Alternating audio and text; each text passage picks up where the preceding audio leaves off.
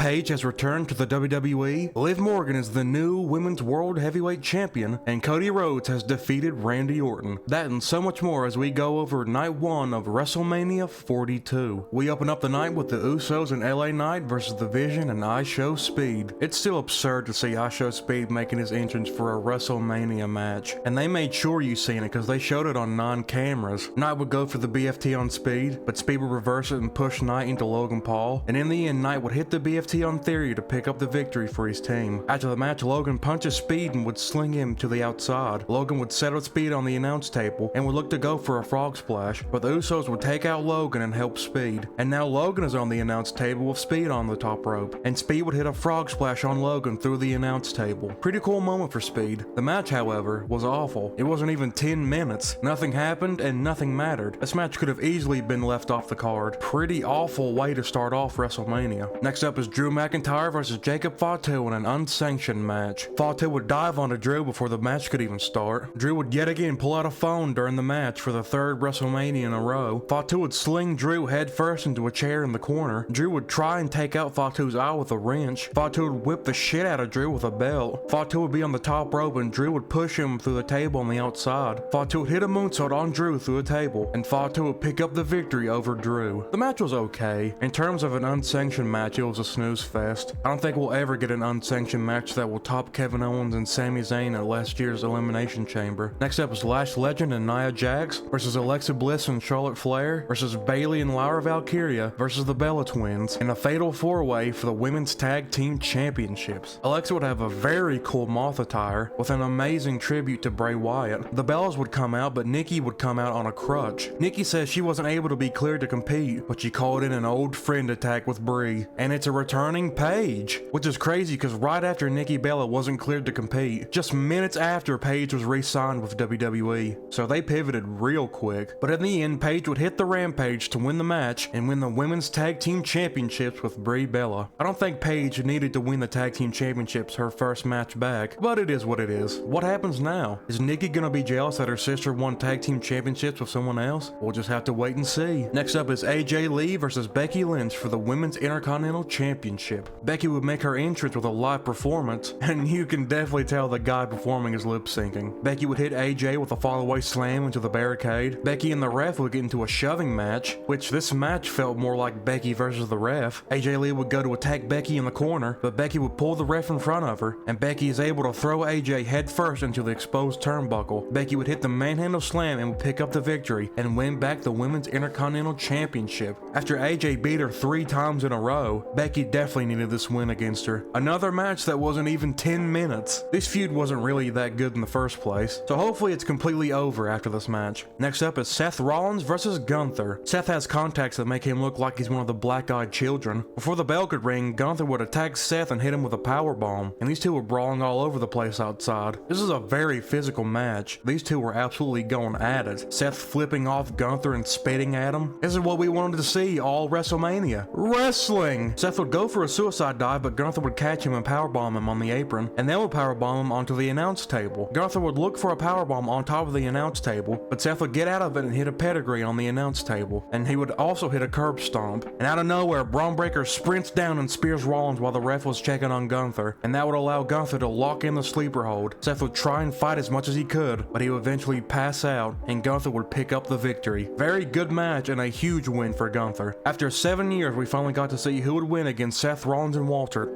Gunther. After the match, Braun would sprint all the way back down and spear Seth again. I was hoping this match wouldn't involve Braun Breaker and just be a straight up one-on-one, but you can't get everything you want. This was the first really good match on this WrestleMania card, and it took 2 hours for it to happen. Next up is Stephanie Vaquer versus Liv Morgan for the Women's World Heavyweight Championship. Liv Morgan comes out performing her new song, and Stephanie would do the Devil's Kiss, and it's one of the few times that the crowd is actually alive tonight. Stephanie would look for the Stephanie Inferno, but Roxanne would distract the ref, and while the ref is distracted, Raquel would hit Stephanie off the top rope, and that would allow Liv to hit the Oblivion, but Stephanie would kick out. With the way the matches have went tonight, I thought it was already over, but Liv would hit a second Oblivion not too long after, and the match does end, and now Liv Morgan is the new Women's World Champion. Another fucking stinker. Why are these matches so short? None of the women's matches have gone over 10 minutes, and the Women's World Heavyweight Championship match was under 7 minutes? Fuck off. After this match, match, Cena would be in the ring to tell the attendance, which is 50,000. But even more important, Bianca Belair would make her return. It's nice to see Bianca on my screen again. Bianca would say that they need to fix the attendance because Bianca would announce that she is pregnant, and now it makes sense why she's been away for so long. Big congratulations to Bianca and Montez. This is unironically the biggest WrestleMania moment tonight. We move on to the main event, Cody Rhodes versus Randy Orton for the WWE Undisputed Championship. Before the bell could ring, Pat and Randy attacked Cody. Cody would hit Pat with a crossroads, and Cody would put Pat on the announce table, and Jelly Roll would come out of nowhere and splash McAfee through the table. What a riveting way to start your WrestleMania main event. Randy would hit a backbreaker but would hurt his back in the process, which there was a rumor that Randy was hurt coming into this match, and Cody would take advantage of Randy's back. Randy would hit a suplex from the top rope, but it hurt him more than it hurt Cody. Cody would send Randy into the ring post, and it would bust Randy wide open. Cody would taunt Randy looking for the RKO, but Randy would hit Cody with a crossroads. Cody would poke Randy in the eye, and Randy would RKO the ref. Randy would go for a low blow, but Cody catches it and low blows Randy instead. Cody goes for the Cody Cutter, but Randy would catch him in midair with an RKO, and Pat would run down dressed up as a ref, but Cody would still be able to kick out, and Randy didn't like that one bit and RKO's Pat. But while he's distracted, Cody would hit the crossroads to retain his WWE Championship. The match was pretty good. You would think that Cody was a heel in this match the way he was moving. After the match, Randy would attack Cody with the championship and would punt Cody, and the look in Randy's eyes, there is no life or remorse in those eyes. And the show ends with Randy with the WWE Championship, even though he didn't even win it. And that was night one of WrestleMania 42. Coming in, I wasn't really excited for WrestleMania, but oh my god, it was worse than I thought. Not to sugarcoat anything, this fucking sucked. This might be the worst WrestleMania I've ever seen in my entire life, and it's only night one. I mean, most of the matches were under 10 minutes. There was more Hulk Hogan ads than there was wrestling. I thought 2025 WWE was bad, but holy shit, this is bad. I feel bad for the poor bastards who bought tickets for tonight's show. This was just a huge fucking waste of time. Night 2 better be godly, or this is gonna be really fucking scary. But that's tomorrow. We'll worry about that tomorrow. Let me know what you all think of WrestleMania in the comments. But most importantly, I hope you all enjoyed this video. I'll make more silly videos like this in the future, so stop on by when the time comes. But until then,